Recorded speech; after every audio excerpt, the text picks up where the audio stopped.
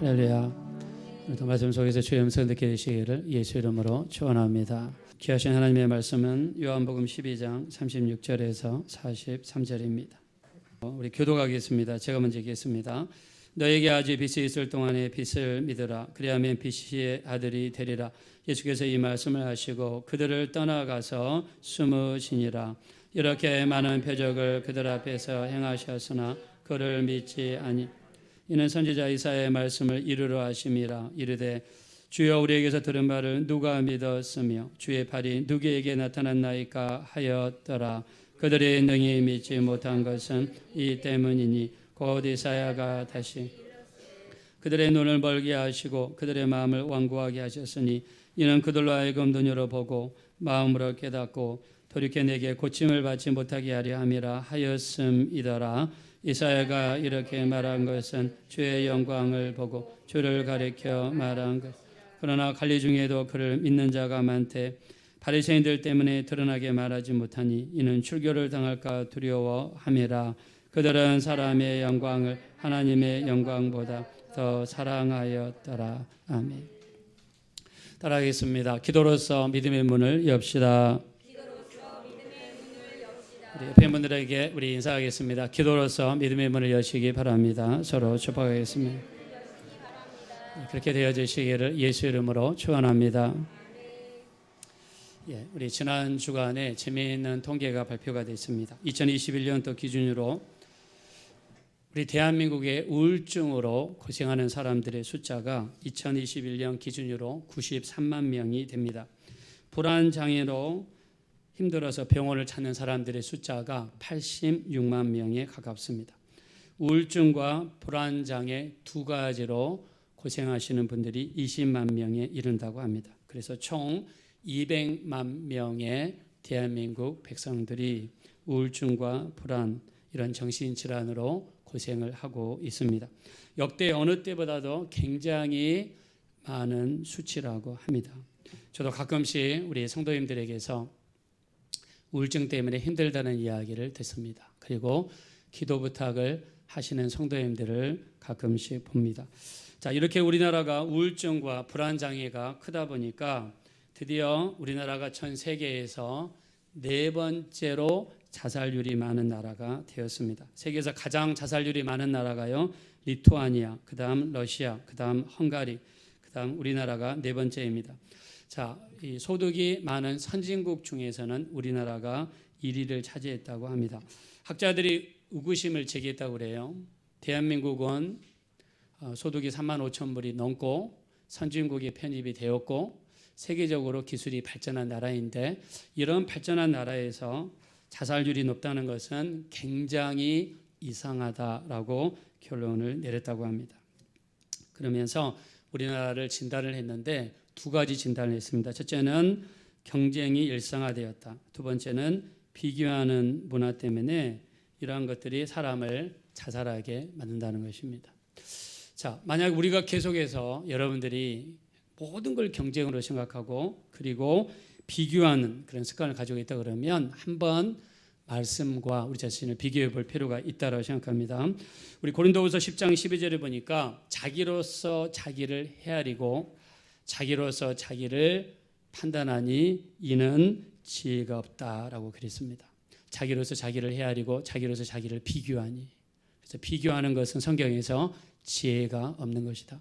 나와 옆 사람을 비교하고 우리 집과 다른 집을 비교하고 내 남편과 다른 남편을 비교하고 내 아내와 다른 아내를 비교하는 것은 성경에서는 지혜가 없도다라고 이야기했습니다.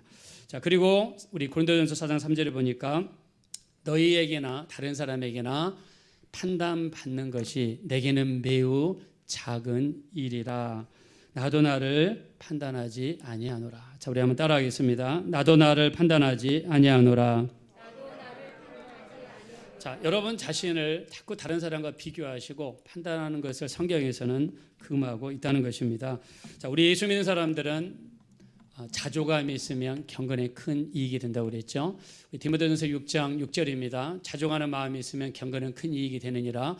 우리가 세상에 아무것도 가지고 온 것이 없음에 아무것도 가지고 가지 못하려니 먹을 것과 입을 것이 있은즉 족한 줄로 여길지니라. 부유하고자 하는 자는 여러 가지 시험과 올무와 해로운 정욕에 떨어지나니 사람으로 하여금 파멸과 멸망에 빠지게 하는 것이라. 돈을 사랑함이 일만하게 뿌리가 되나니 이것을 사랑하는 자들이 미혹을 받아 믿음에서 떠나 많은 근심으로서 자기를 찔렀도다라고 그랬습니다. 자, 디모데전서 6장의 말씀은요, 끊임없이 욕심을 부리며 다른 사람과 비교하면서 살아가는 인생의 결말이 파멸과 멸망뿐이라는 것을 분명하게 말씀하고 있음에도 불구하고 우리는 여전히 다른 사람과 비교하고 그것 때문에 나를 판단하고 정죄하고 살아가고 있다는 것이죠. 우리 많이 들은 말씀이죠. 에베소서 2장 10절, 우리는 그의 지으심 바라 선한 일을 위하여 지으심을 받았으니. 자, 말씀은 고백하는 게 중요합니다. 따라합시다. 우리는 그의 지으심 바라. 자, 크게 합시다. 우리는 그의 지으심 바라 선한 일을 위하여 지으심을 받은 자니. 자, 동의하시면 다 같이 크게 아멘 하겠습니다. 자, 지으심 바를 헬라어로 포이에마라고 합니다. 영어로는 masterpiece 또는 workmanship. 무슨 말이냐면 걸작품이라는 뜻이에요. 하나님께서 우리를 지으셨을 때 여러분 각자 한 사람 한 사람에게 비록 비교했을 때는 떨어질 수 있으나 하나님은 여러분의 심령 속에 세상에서 가장 위대한 DNA를 여러분 안에 심어 놓으신 줄로 믿습니다. 자, 이렇게 믿어지시고 동의하시면 다 같이 크게 아멘 하겠습니다. 우리 이렇게 믿으셔야 돼요. 성경에서 우리는 그의 지으신 바라라고 말씀했잖아요. 우리는 하나님의 걸작품이라는 뜻이에요. 우리가 성경에 보면 달란트에 대한 비유가 나오죠. 마태복음 25장에 어떤 한 사람에게는 5달란트를, 어떤 사람에게는 2달란트를, 어떤 사람에게는 1달란트를 줬죠. 근데 장사하지 않고 땅에 묻어둔 사람이 누굽니까? 1달란트 받은 사람이죠. 1달란트는 그때 당시에 무게의 단위인데요. 금 1달란트는 금 34kg입니다. 금 한 돈은 3.75g이죠. 34kg을 3.75g으로 나누면 9,000돈이 계산이 됩니다. 우리 네이버에 가셔가지고 금 한 돈을 계산하면 33만 원이 되고요. 9,000돈 곱하기 33만 원 곱하면 약 30억이라는 돈이 됩니다. 우리가 하나님으로부터 받은 금 한 달란트의 가치는요, 지금 현재 기준으로 30억의 가치가 있어요. 여러분 30억을 밖에 나가서 내가 적게 받았다고 옆에 2달란트 받은 사람, 5달란트 받은 사람과 비교하면서 나는 왜 이거밖에 안 줬습니까? 불평하면서 그거를 밖에 가서 땅속에다 묻어둘 사람이 있습니까? 없어요. 근데 이 사람은 왜 땅에 묻어두었습니까? 자기가 받은 달란트가 얼마나 큰지 모르기 때문에 묻어둔 거예요. 성경에는 우리가 최소한 금 1달란트를 받았습니다. 믿으시면 한번 다 같이 크게 아멘 합시다. 여러분 삶을 통해 하나님의 큰 영광이 드러나기 원하시면 다 같이 아멘 합시다. 하나님 앞에 크게 쓰임받게 되시기를 예수 이름으로 축원합니다. 자, 그러면서 기사에서 이렇게 이야기합니다. 의사분들이 우울증, 정신불안, 정신질환을 고치기 위해서 몇 가지를 제안했습니다. 첫째, 인사를 잘하자. 자, 우리 교회도 보면 인사를 잘 안 해요. 어떤 우리 분이 저한테 이야기합니다. 목사님, 좀 우리 젊은 사람들 좀 인사 좀 하게 시켜주십시오. 인사를 안 해요. 우리 한국 사람들은 동방 A 지국인데 동상 A 팔아먹은 지국이 되어버렸습니다. 인사를 안 해요. 자, 그런 의미에서 우리 옆에 있는 분들하고 자, 고개 90도로 안녕하세요. 한번 우리 한번 인사합시다. 자, 서로 한번 인사하시기 바랍니다. 인사를 잘 하셔야 돼요. 여기서 제안한 게 뭐냐면 인사를 잘하자. 여러분 예수님 얼마나 인사를 잘하십니까? 부활하신 다음에 첫 번째 말씀이 뭐예요? 너희에게 평강이 있을지어다. 히브리어 2자로 뭐라고 그럽니까? 샬롬이래. 샬롬. 히브리 사람들을 만나면 샬롬 그럽니다. 인사할 때. 예수님도 부활하시자마자 가장 먼저 하신 말씀이 뭐예요? 인사했잖아요. 샬롬. 예수님 우리 닮아야 되지 않겠습니까? 그래서 인사를 잘하자. 두 번째, 칭찬을 잘하면 이런 질환을 이길 수 있다며. 칭찬을 잘하자. 여러분 아내 얼굴 쳐다보고 남편 얼굴 쳐다보면 웃다가도 웃음을 그치는 사람들이 가끔씩 있을지 모르겠지만 칭찬을 잘하셔야 돼요. 칭찬을 잘하셔야 돼요. 그래서 아주 찾아내십시오. 칭찬을 잘. 오늘 밥을 맛있으면은 밥을 왜 이렇게 잘해? 여러분 국이 맛있으면 오늘 국이 왜 이렇게 맛있어? 여러분 얼마든지 칭찬할 수 있잖아요. 칭찬을 잘하자. 세 번째는 자주 웃어야 된단 말이에요. 자주 웃으면은 이런 질환을 이길 수 있답니다. 네 번째는요, 때로는 손해 볼 줄도 알아야 된다. 손해 볼 줄도. 어떤 사람들은 손해 보고 나서 막 잠 못 자고 그 때문에 막 힘들으신 분들이 너무 많이 있어요. 자, 우리 나폴레옹 힐이라는 사람이 쓴 책이 있습니다. 놓치고 싶지 않은 꿈, 나의 인생. 나폴레옹 힐이라는 사람이 이 책을 썼는데요. 여기에 보면 더비라는 청년에 대해서 나옵니다. 더비, 실제로 있었던 이야기예요. 19세기 말에 미국의 서부에서 금강이 발견되어서 골드러시가 일어났습니다. 더비라는 청년도 큰 꿈을 안고 미국 서부로 향했습니다. 가서 가지고 왔던 도구가 꽃갱이하고 삽 2가지만 가져왔다고 그래요. 그래서 돌아다니고 전문가들에게 의견을 물어보고 해서 금맥이 숨어 있을 거라고 판단되는 금강을 모든 사재를 털어서 샀습니다. 문제는 금강만 사면 뭐합니까? 장비가 있어야 되고 기계가 있어야 되기 때문에 장비와 기계를 마련하기 위해서 자기 고향인 메릴랜드주 윌리엄스 파크로 돌아갔습니다. 메릴랜드주는요, 캐나다 바로 밑에 있는 주입니다. 자, 근데 거기 가서 친척과 이웃들을 설득해서 엄청난 돈을 빌렸습니다. 그린 다음에 돌아와서 기계와 장비를 판 다음에 금강을 파고 들어가기 시작했어요. 근데 금이 조금씩 나옵니다. 좀 더 나옵니다. 쾌지를 불렸습니다. 그리고 금맥이 얕게 진행되어 가다가 어느 순간에 딱 끊겨버렸어요. 그 다음부터는 아무리 파고 들어가도 금맥은 보이지 않았습니다. 인건비는 쌓여가고 시간은 지나가고 더 이상 인건비를 감당할 수 없었던 더비라는 청년은요, 기계와 장비를 헐값으로 고물상에게 팔았습니다. 그리고 금강 광산도 팔았습니다. 터덜터덜 모든 것을 손해보고 그 다음에 고향으로 메릴랜드주 윌리엄스 파크로 돌아갔는데 얼마 지나지 않아서 미국 신문에 큰 기사가 떴어요. 서부에서 어떤 고물상 주인이 이 광산을 팠는데 금맥이 노다지로 발견이 됐다는 거예요. 그래서 다시 보니까 바로 자기가 팔았던 그 광산이었던 것입니다. 그 이야기를 들어보니까 거기로부터 1m 정도를 파고 들어갔는데 1m 뒤에 금강이 발견했다는 거예요. 이 이야기를 들었던 더비라는 청년은요, 몇 날 며칠을 잠을 못 자고 그리고 음식을 못 먹었다고 합니다. 정신을 차리고 다시 힘을 내서 메릴랜드 북쪽에서 남쪽 뉴욕으로 내려갔습니다. 그리고 뉴욕에 있는 보험회사에 들어갔습니다. 그리고 자기 인생의 철칙을 하나 세웁니다. 어떤 일을 하든지 1m만 더 파자. 그래서 이 사람이 보험회사에 들어가가지고 이 사람 찾아다니고 저 사람 찾아다니고 하면서 1m만 더 파자는 심정으로 100번을 찾아가면 101번 가고 200번을 찾아가면 201번 가고 이런 마음으로 해서 이 사람이 나중에 보호망이 되었는데 금강을 통해서 번 돈보다 비교할 수 없는 많은 돈을 나중에 벌게 되었다고 합니다. 그래서 여러분들이 살면서 잃어버리는 것이 있으시거든 너무 거기에 오래 매여 있지 마시라. 우리의 삶은 과거에 있지 아니하고 미래에 있는 줄로 믿습니다. 자, 그다음에 세상을 긍정적으로 바라보는 삶, 그다음에 감사하는 마음, 그다음에 상대방 입장에서 생각하는 습관, 그다음에 정직하게 사는 삶입니다. 정직하게 사는 삶, 이런 것들이 인간을 정신적으로 건강하게 만들어서 정신질환을 이기는데 큰 도움이 된다고 합니다. 자, 여기에 제안한 내용들이 어쩌면 그렇게 성경에 나와 있는 가치와 똑같습니까? 우리가 늘 말씀을 나눌 때마다 여러분과 같이 감사하는 자가 되자, 칭찬하는 자가 되자, 또 긍정적으로 바라보자, 우리 다른 사람의 입장에서 생각하자, 얼마든지 우리가 이야기를 많이 했습니다. 자, 우리 속에 들어있는 것이 우리 인생을 결정을 하게 되죠. 내 속에 무엇이 들어있느냐가 우리 인생을 바꾸게 되고 영향을 주게 됩니다.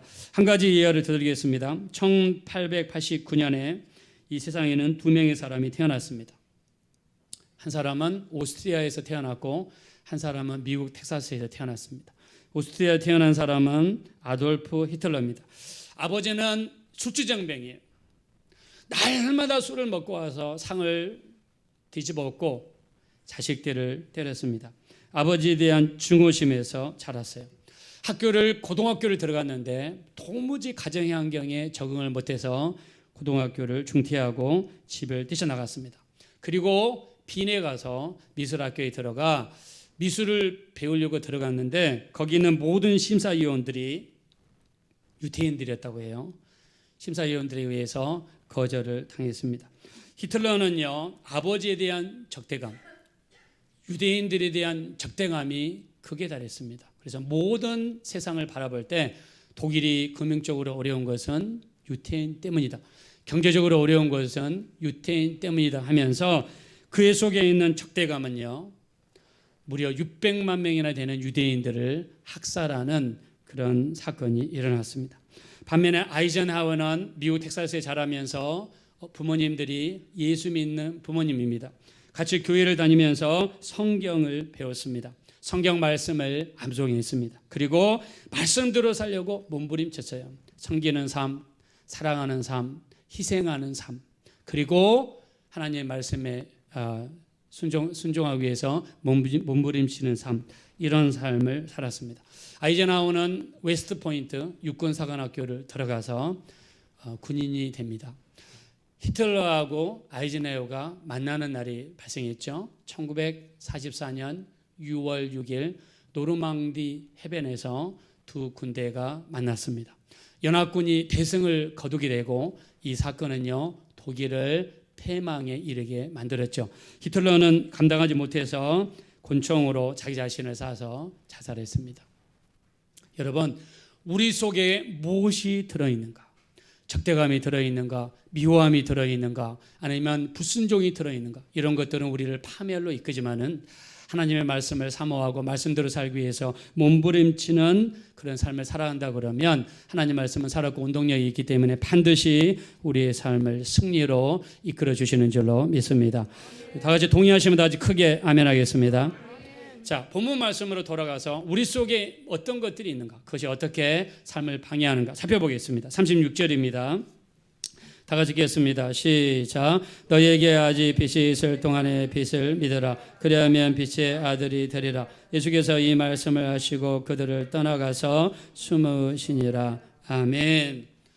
예수님의 사역을 보면은요, 예수님은 귀신을 쫓아내시고 병을 고치시고 이런 엄청난 기적을 행하셨습니다. 자, 요즘에도 그렇죠. 어떤 교회에서 병 고침의 역사가 크게 나타난다, 하나님의 기적이 많이 나타난다, 그러면 교회 성경을 위해서 광고합니다. 대대적으로 홍보합니다. 그래서 사람들이 올 수 있도록 홍보하는 게 당연하죠. 자, 근데 예수님은 병을 고치시고 또 기적을 행하시고 하나님께서 놀라운 치유 역사를 베푸신 다음에 주님이 하신 행동은 숨으시더라. 아무에게 가서 이르지 말라. 마태복음에 보니까 무려 아무에게도 이것을 이르지 말라 4번이나 나와 있어요. 제가 찾아보니까 4번이나 나와 있더라고요. 마가복음에 보니까 예수님이 병든 자를 고치시고 주님께서 기적을 행하신 다음에 주님께서는 아무에게도 이르지 말아라. 우리 주님의 삶을 보면은요, 인기의 영합에서 사람들의 관심을 끌고 사람들에게서 영광을 받기 위해서 자기를 홍보하고 자기를 드러내고 사람들의 관심을 끄는 그런 분이 아니셨습니다. 예수님은 오직 하나님의 영광만 드러내고 하나님의 뜻만 드러내고 최후의 종착지 십자가에 가셔서 죽으시는 것, 오직 주님은 그것을 위해서만 사셨어요. 안에 허영심이나 공명심이나 사람들의 관심을 끌고자 하는 인기 영합주의가 전혀 주님 마음속에는 없었습니다. 우리가 요한복음 6장 15절에 보니까요, 어떻게 기록되냐면 사람들이 예수님을 억지로 붙들어서 왕 삼으려고 예수님 앞에 왔다고 그랬어요. 예수님을 억지로 끌고 왕궁으로 들어가서 왕좌에 앉히고 왕을 되게 만들기 위해서 사람들이 왔다고 했습니다. 근데 주님 어떻게 했습니까? 혼자 산으로 피하여 떠나시더라. 예수님은 이 땅에서 왕이 되고자 하는 마음이 없어요. 다른 사람 앞에 가서 자신을 드러내고 싶은 마음이 없습니다. 오직 하나님의 뜻을 이루고 하나님의 영광만 나타내고 하나님의 일만 이루고자 하는 마음밖에 없어요. 예수님 속에 그 마음밖에 없으니까 예수님의 행동에 그런 모습들이 나타나는 겁니다. 우리가 에베소 우리 4장 22절에 보니까 욕심을 따라 썩어져가는 구습을 쫓는 옛사람을 벗어버리고 오직 너희의 심령이 새롭게 되어 하나님을 따라 의와 진리의 거룩함으로 지으심을 받은 새 사람을 입으라 그랬습니다. 우리 속에 유혹이 자리 잡고 있고 욕심이 자리 잡고 있고 불순종이 자리 잡고 있으면 그 속에 있는 것이 우리를 끌고 다닙니다. 이쪽으로 끌고 다니고 저쪽으로 끌고 다니고 죄악 가운데로 이끌고 말씀에 불순종하게 만들고 하나님의 뜻에 반대되는 삶을 살게 만들어요. 그러나 예수님 속에는요 조금도 공명심이 없습니다. 마태복음 4장 6절에 보니까 마귀를 예수님을 데리고 어디로 데리고 갑니까? 성전 꼭대기로 데리고 갑니다. 성전 밑에는 수많은 사람들이 왔다 갔다 하고 지나다니는 곳입니다. 성전에서 떨어져 가지고 밑에 돌로 떨어졌는데 조금도 다치지 않고 온전하다고 그러면 예수님은 순간 영웅이 되는 것입니다. 그러나 주님께서는 마귀의 공명심, 허영심을 자극하는 그 시험을 물리치시면서 하나님을 시험하지 말라고 말씀했습니다.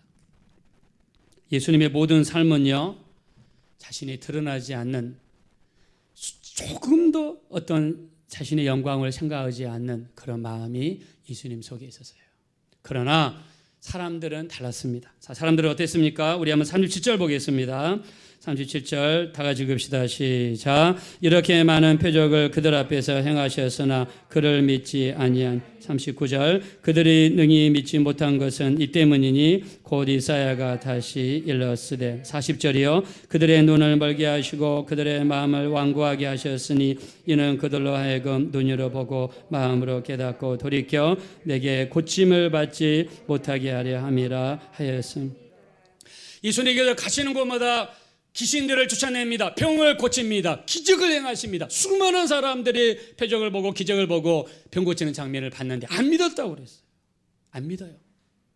오히려 마음이 강팍해져서, 오히려 마음이 완고하게 되어서 믿지 않았다. 왜 그들이 보고도 믿지 않았습니까?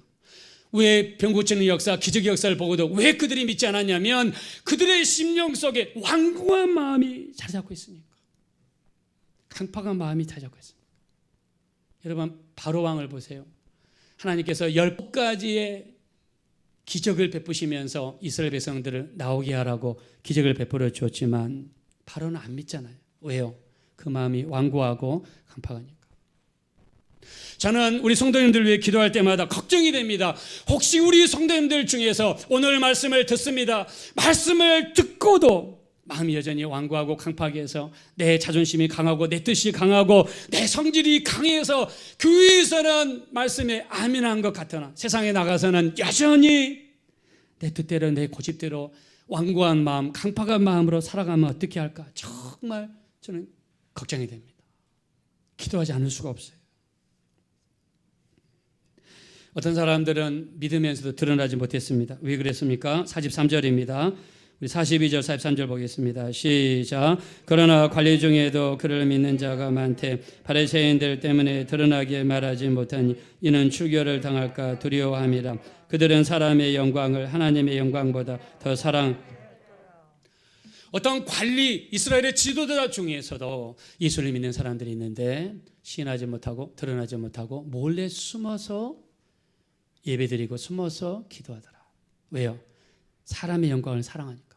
자기 영광, 자기가 가진 것이 뺏길까 봐, 다른 사람들 발각이 되면 유대인 사이에서 쫓겨날까 봐, 그게 두려워서 그 사람들은 그렇게 신앙생활을 했다는 거예요. 내 속에 들어있는 것이 내 인생을 좌우합니다. 우리 하나님의 기적이 일어나고 치유 역사가 일어나면 보통 사람 같으면 마음 문이 열리고 믿음의 문이 열리죠. 근데 열리지 않았다는 거예요. 왜요? 그 속에 있는 강팍함이 그렇게 만들었다는 것입니다. 마음속의 강팍함, 완고한 마음, 믿음의 문을 열 수 있는 것은 오직 기도밖에 없는 줄로 믿습니다. 우리 믿으시면 다 같이 크게 아멘 하겠습니다. 자, 우리 한번 옆에 사람과 고백하겠습니다. 믿음의 문을 여는 것은 기도입니다. 서로 한번 옆에 고백하겠습니다. 여러분 그렇게 믿습니까? 믿음의 문을 여는 건 기도예요. 만약 여러분 사랑하는 사람이 믿음의 문이 열리지 않거든, 믿음이 자라지 않거든, 그 영혼을 왜 그 강팍한 마음을 녹이고 완고한 마음을 녹일 수 있는 것은 오직 기도밖에 없는 줄로 믿습니다. 계속해서 기도하고 그 영혼을 위해 기도하고 오늘도 기도하고 내일도 기도하고 끊임없이 기도해 주면 하나님께서 역사하셔서 완고한 마음이 녹아지게 될 줄로 믿습니다. 우리 믿으시면 다 같이 크게 아멘 하겠습니다. 기도밖에 없어요. 기도밖에 없어요. 여러분, 제가 어거스틴 이야기 많이 하잖아요. 어거스틴은 어렸을 때 엄마의 손을 잡고 교회 가는 주일학교 학생이었습니다. 중고등학교 때까지 열심히 교회에 다니는 학생이었어요. 그러나 청년이 되면서 육신의 정욕에 팔려서 오늘은 이 여자, 내일은 저 여자, 육신의 정욕에 팔려서 살기 시작하면서부터 교회를 떠났어요. 세상과 착각. 우리가 야고보서 4장 4절 가늠하는 여자들이요, 세상과 짝하는 것이 하나님과 원수가 되는 것을 알지 못하느냐. 누구든지 세상과 벗이 되고자 하는 자는 스스로 하나님과 원수가 되는 것이라고 말씀했습니다. 어거스틴은 세상과 짝했어요. 그리고 나중에는 어머니에게 반기를 들어서 나중에 이단에 들어갔습니다. 스스로 어머니가 하다 시끄럽게 하니까 어머니한테 반기를 드는 의미에서 이단에 들어갔어요. 어머니 모니카 여사는요, 일평생을 아들을 위해서 기도했습니다. 아들이 돌아올 수 있도록, 마음이 풀어질 수 있도록 열심히 기도했습니다. 어느 날 어거스틴이 누워있는데 밖에서 애들이 노래를 부르는데 그 노래 속에서 음성이 들려왔습니다. 옆에 있는 책을 펴서 읽어라. 펴서 보니까 로마서 13절 이하에 있다고 그래요. 낮에와 같이 단정히 행하고 육신의 정욕을 위하여 육신의 정욕을 도모하지 말라. 낮에와 같이 단정히 행하라. 그 말씀을 읽는 순간에 마음에 큰 찔림이 와가지고 그 자리에서 무릎을 꿇고 하나님 앞에 회개하고 했다고 합니다. 하나님께서는 일을 하실 때 반드시 기도하는 사람을 세우세요. 여러분의 가정 속에 누가 변화되기 원하시면 먼저 기도하셔야 됩니다. 여러분의 사업을 위해서 사업이 잘 되기 원하시면 하나님 앞에 여러분 스스로가 먼저 기도하는 사람이 되셔야 될 줄로 믿습니다. 우리나라가 1948년 8월 15일 날 대한민국 정부가 세워졌어요. 북한은 1948년 9월 9일 날 북한이 세워졌습니다. 우리는 자유민주주의고요. 북한은 조선민주주의 인민공화국입니다. 인민민주주의예요. 우리나라에서 헌법에는 자유민주주의라고 나와 있어요. 근데 헌법에서 만약에 자유자를 빼고자 하는 세력이 있거든, 그 사람은 절대 반대하셔야 돼요. 우리나라는 자유민주주의입니다. 자유로움 속에서 기독교가 용성했고 자유롭게 전도할 수 있고 자유롭게 교회를 세울 수 있고 자유롭게 하나님 앞에 나가 신앙생활할 수 있게 된 줄로 믿습니다. 자, 남한과 북한이 나라가 세워진 다음에요, 대표단을 유엔에 파견했습니다. 1948년도 유엔 총회는요 10월 15일부터 12월 15일까지 2달 동안 열렸습니다. 유엔에 가입이 되어야 그 나라에 무슨 일이 생기면 유엔에서 연합해서 군대를 파견할 수 있기 때문이었죠. 군대가 약했던 우리나라는요 유엔 가입이 절실하게 필요했습니다. 남한에서도 유엔 대표단을 파견하고 북한에서도 유엔 대표단을 파견했어요. 그때 당시에 유엔 총회는요 파리에서 열렸다고 합니다. 우리나라 대표단은 파리의 무사히 입국해서 들어갔지만 북한 대표단은요 파리 공항에서 입국 거절이 되었습니다. 무슨 이유인지 모르지만 입국 거절이 돼서 유엔 총회에 참석할 수 없었습니다. 우리나라가 유엔 총회에 참석한 다음에요 이제 유엔 총회에서 상정안을 올리게 되고 유엔 회원들이 투표를 해서 과반 이상으로 표를 받으면 유엔에 가입이 되는 것입니다. 근데 우리나라 유엔을 가입하는 강력하게 반대하는 두 나라가 있었는데 첫째는 소련이었고 두 번째는 폴란드였다고 합니다. 소련 그때 당시 대사가 비신스키라고 하는 사람인데 이 사람은 상정안이 딱 올라오면 그 정해진 시간 안에 투표를 해야 되는데 필리버스터를 썼습니다. 소련 대사는요 앞에 나와서 연설을 하는데 세상에 그날 회의 시간이 끝날 때까지 연설을 하는 거예요. 상정안이 통과되지 못하게. 이렇게 매일 올라와서 소련 대사가 하고 그 다음 바톤을 이어서 폴란드 대사가 하는 거예요. 이때 파견되었던 우리나라 대표단이 장면 박사하고 모윤숙 여사였다고 합니다. 이분들이 파견돼서 하는데 이제 시간은 점점 가까워지는 거예요. 12월 15일이 지나면 우리나라는 유엔 가입을 못하는 겁니다. 근데 12월 14일이 됐는데도 소련 대사하고 폴란드 대사가 번갈아 가면서 필리버스터를 썼습니다.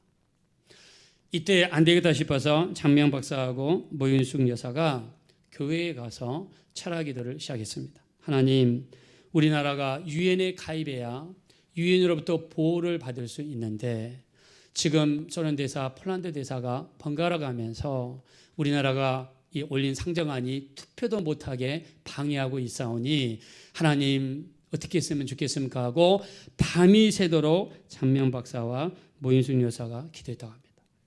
기도를 마치고 나오는데요, 마음이 뭐가 또 불안한지 유엔 총회가 열리는 곳에 교회를 찾아가서 또 1시간 동안 기도를 했다고 해요. 그리고 유엔 총회장에 들어갔습니다.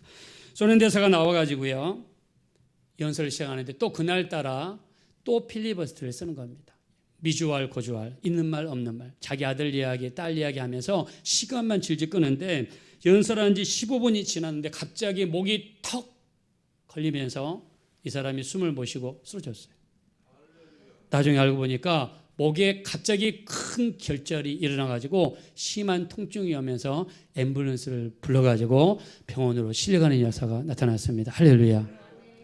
그리고 그럼 폴란드 대사가 해야 되잖아요. 근데 폴란드 대사는 자기 시간이 될 때까지 밖에 나가서 커피 짓거리를 하고 있었습니다. 커피를 마시는 바람에 자기 시간이 된지도 모르고 이 소련 대사가 실려간지도 모르고 밖에서 놀다가 또 다른 발언한 사람이 있습니까? 물어보니까 없단 말입니다. 그래서 상정해가지고 통과됐는데 46대 8로서 우리나라가 유엔에 가입됐습니다. 할렐루야. 여러분, 그 바람에 6.25 전쟁이 일어나고 유엔 총회가 열리고 안보리에서 통과된 다음에 우리나라에 전 세계 군대가 올 수 있는 길이 열리게 된 것입니다. 저는 이 모든 것이 하나님께서 두 사람의 기도에 응답하셨다라고 믿습니다. 우리나라는 어려울 때마다 기도를 많이 했습니다. 한경직 목사님은 평양에서 목회하시다가 6.25 전쟁이 일어나니까 서울로 피난 와서는 서울에서 목사님들을 모시고 기도회를 개최했습니다. 대전으로 피난을 가서는요, 한경직 목사님은 구국 성회를 열어서 대한민국을 위해서 기도했습니다. 부산으로 가서는요, 부산 초량교회를 중심으로 해서 기도회가 열렸는데 일주일 동안 7일 동안 열렸다고 그래요. 초량교회는 특별히 그때 당시에 경상남도 도지사가 장로님이셨다고 그럽니다. 전국에서 피난온 목사님들을 초량교회로 초청을 해서 잠자리를 마련해드리고 음식을 제공해드렸다고 합니다. 목사님들이 한 250명이 모였는데 우리가 이렇게 얻어먹을 것이 아니라 나라 민족을 위해서 기도하자고 기도회를 제안했습니다. 근데 기도회가 열렸는데요, 정말 교회에 불만 없을 뿐이지 기차 화통 삶아 먹듯이 그 기도회는 뜨거웠다고 합니다. 첫째, 회개의 역사가 일어났는데 일제 식민지 기간 동안에 신사참배라는 것을 그렇게 많이 회개했다고 해요, 목사님들이. 두 번째, 피난을 오면서 교회를 버리고 오고 성도들을 버리고 온 것을 그렇게 마음 아파하면서 회개했다고 합니다. 그리고 세 번째는 우리나라가 전세가 역전될 수 있도록 당시에 낙동강을 중심으로 해서 이제 그 부산 조금 남은 그 공간밖에 안 남은 거예요. 대한민국의 전세가 회복될 수 있도록 간절히 기도했다고 합니다. 근데 한간에 상륙작전이 있을 거라는 이야기를 들었습니다. 우리가 잘 아는 것처럼 인천 상륙작전은요 5,000분의 1의 확률입니다. 확률로 따지면 0.02%입니다. 아침에 주어진 시간이 딱 3시간이에요. 조소간만의 차가 커서 조소간만이 높을 때는 9m까지 차이가 납니다. 여러분, 아파트 엄청 높은 곳이죠. 9m까지 그 조소간만에 차가 나서 이 3시간 동안 저 육지에 있는 인민군들을 제압을 하고 그 다음에 그 3시간 안에 상륙을 해야 되는데 문제는 갯벌이 문제였어요. 갯벌이 있으면 상륙하기가 너무너무 어려웠다고 합니다. 상륙이 어디에서 이루어질지 모르지만 부산 초량교회에서는요 이 나라의 전세가 회복될 수 있도록 상륙작전이 성공할 수 있도록 간절히 기도를 했다고 그래요. 그로부터 3일 뒤에 인천 상륙 작전이 이루어지게 되었고 세계에서 불가사의한 인천 상륙 작전이 이루어졌습니다. 저는 개인적으로 하나님께서 당시 우리 성도님들의 기도를 들으시고 도우셨다라고 믿습니다. 하나님께서는 중요한 일이 있을 때마다 반드시 기도하는 사람을 세우십니다. 여러분의 가정이 형통하기 원하십니까? 여러분이 먼저 가정의 기도의 파수꾼이 되어주시기를 예수 이름으로 축원합니다. 여러분이 사업에 형통하기 원하십니까? 여러분의 사업을 위하여 여러분이 기도의 총대를 메고 간절히 기도한다 그러면 하나님은 여러분을 통해서 놀라운 역사를 베풀어 줄 줄로 믿습니다. 여러분 자녀들이 잘 되기 원하십니까? 여러분 자녀들을 위해서 기도의 총대를 메고 애절하고 간절한 마음으로 기도하는 분이 계시다면 하나님은 여러분의 기도를 통해 놀라운 역사를 베풀어 줄 줄로 믿습니다. 우리가 믿음의 문을 열 수 있는 것은 기도입니다. 오늘 하나님께서 베푸시는 기적을 보고도 병고침의 역사를 보고도 사람들은 믿지 않았어요. 왜요? 마음이 강파했기 때문입니다. 마음이 강파한 것은 너무너무 힘들고 어려운 문제입니다. 이거를 깨뜨릴 수 있는 유일한 방법이 있는데 그 영혼을 위해서 오랫동안 기도해 드리는 것입니다. 하나님께서는 우리 기도를 들으시고 반드시 마음의 완악함과 강파감을 깨뜨리시고 순한 양과 같이 변화되어서 복음을 받아들일 수 있는 그날이 반드시 오게 될 줄로 믿습니다. 제가 예배 시작할 때 읽었던 말씀이 누가복음 8장 15절입니다. 14절 15절입니다. 우리 마음은 두 가지가 있어요. 가시가 있고 옥토가 있습니다. 가시가 센 사람은요 자꾸 뿌리를 내리고 이파리가 올라오다가 가시에 찔려서 신앙의 열매를 맺지 못합니다. 누가복음 8장 14절에서는요 그거를 이생의 염려, 재물, 세상을 좋아하는 향락이라고 표현했습니다. 이것이 우리 속에 있으면은 신앙의 열매를 맺지 못하고 영적으로 자라지를 않습니다. 어떻게 자랍니까? 누가복음 8장 15절에 좋은 땅에 떨어져 있다는 것은 착하고 좋은 마음으로 말씀을 듣고 지키어 인내로서 결신하는 자라고 표현했습니다. 말씀이 여러분 심령 속에 떨어져서 인내를 사용하셔서 열매를 맺게 되시기를 예수 이름으로 축원합니다. 마음속에 있는 거, 여러분 속에는 뭐가 들어있습니까? 내 속에 혹시 완악함이 들어있지는 않습니까? 아니면 유혹의 욕심이 들어있지는 않습니까?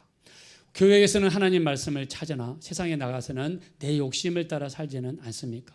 여러분, 우리는 주님의 심판대 앞에 반드시 섭니다. 언젠가는 반드시 섭니다. 우리 속에 하나님 원치 않는 것이 들어있다면 여러분 버려야 됩니다. 내 속에 있는 것 철저하게 버려야 됩니다. 요셉을 보십시오. 요셉의 그 큰 집에 주인 마님이 요셉을 유혹할 때 요셉은 뭐라고 이야기합니까? 이 집에 우리를 보는 사람은 한 사람도 없으나 하나님은 불꽃 같은 눈으로 우리를 보고 있다고 고백했습니다.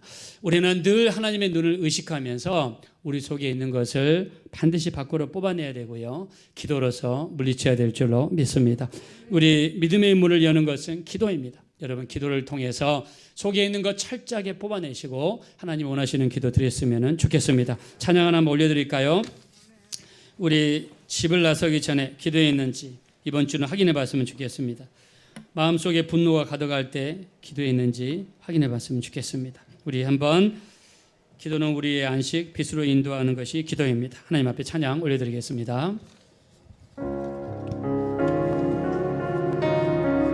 가슴에 손 얹으시고 여러분에게 한번 물어보십시오. 정말 내 자신에게 물어보는 심정으로 찬양합시다.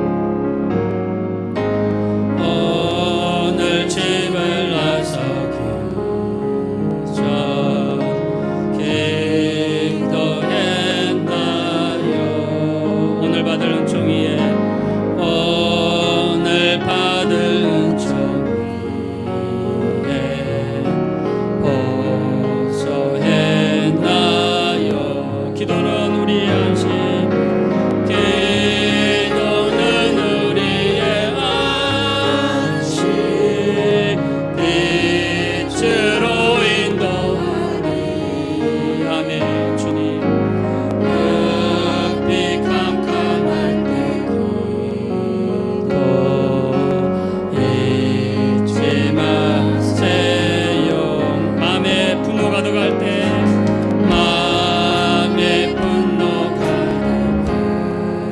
여러분 기도했습니까? 기도해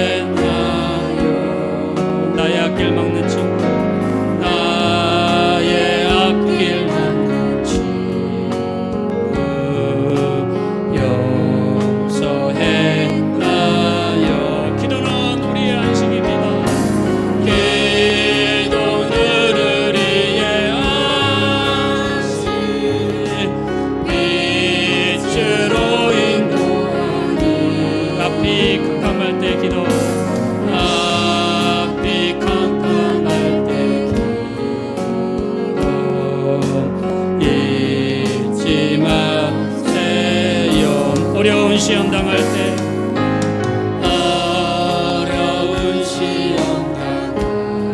여러분 기도에 있습니까? 기도했나요? 주가 함께 당하시면 주가 함께 당하시면 능히 이르리.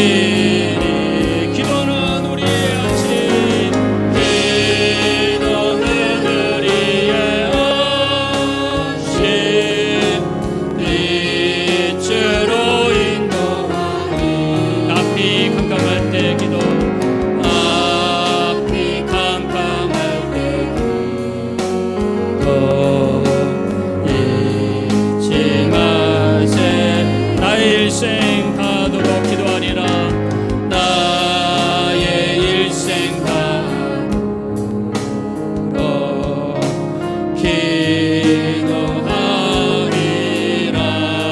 주께 맡긴 나의 생애, 주께 맡긴 나의 생애 영원한. 힘차게 찬양합시다. 기도는 우리의 안식, 기도는 우리의 안식, 빛으로 인도하니. 앞이 캄캄할 때, 앞이 캄캄할 때 잊지 마세. 다 같이 눈을 감고 우리 시간 주의 한번 부른 다음에 우리에게 기도의 능력 주십시오. 우리 속에 있는 게 다 뽑아지게 도와주십시오. 우리 주의 한번 부른 다음에 기도의 능력 달라고 우리 합심으로 간절히 기도하겠습니다. 주여, 우리 주여 우리를 불쌍히 여겨주세요. 주여 우리를 긍휼히 여겨주세요. 우리 하나님, 우리가 주의 뜻대로 말씀대로 살지 못한 수많은 죄악을 하나님 앞에 고백합니다. 기도하기 원합니다. 기도는 우리의 안식입니다. 주의 뜻대로 말씀대로 순종하기 원합니다. 우리 속에 있는 완악한 마음이, 우리 속에 있는 강박한 마음이 온전히 뽑아져 나가기를 원합니다. 하나님 앞에 예배하며 살게 도와주세요. 주여 우리를 불쌍히 여겨주세요. 가슴에 손 얹으십시오. 이 시간 한 가지만 더 기도하실 때 하나님은 사모하는 영혼을 만족해 하시고 줄인 영혼에게 좋은 것을 주시는 줄로 믿습니다. 우리 믿으시면 한번 다 같이 크게 아멘 하겠습니다. 이 시간 여러분이 기도 제목 한 가지, 다른 것 하지 마시고 한 가지, 지금 가장 큰 문제 한 가지 이 시간 하나님 앞에 내려놓으시고 하나님께서는 기도하는 자를 통해서 일하신다라고 우리가 배웠습니다. 우리가 이걸 위해 간절히 기도하기 원합니다. 이 문제가 해결될 수 있도록, 이 어려움이 해결될 수 있도록, 이 기도가 응답될 수 있도록 내가 간절히 기도하겠사오니 하나님 해결해 주시고 치료하여 주시고 우리 하나님 도와주십시오. 우리 그 한 가지 내려놓고 이 시간 우리 주여 한번 부른 다음에 다시 한번 간절히 소리를 내서 기도하겠습니다. 주여, 우리 하나님, 우리 한 가지를 위해 기도합니다.